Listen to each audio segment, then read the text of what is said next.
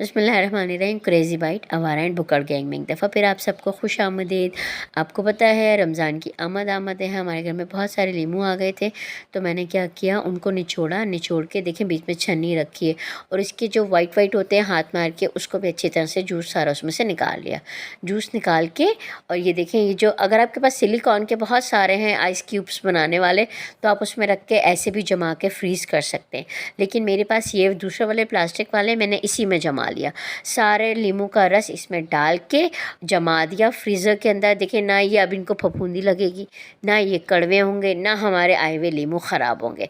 रमज़ान में आप आराम से 3 क्यूब्स निकालें, शक्कर घोलें, शक्कर घोल के उसके अंदर ये 3 क्यूब्स डालें और आपकी शरबत तैयार है। ये देखिए, मैंने थोड़े से आपको निकाल के भी दिखा दिए हैं। अब मैं इन सबको निकाल के शॉपर के अंदर बंद करके फ्रीज़ कर दूँगी। ये 2 महीने 3 महीने जितने भी आप रखेंगे आपके ख़राब नहीं होंगे। आराम से रमज़ान एंजॉय करें। Thank you. अल्लाह हाफ़िज़।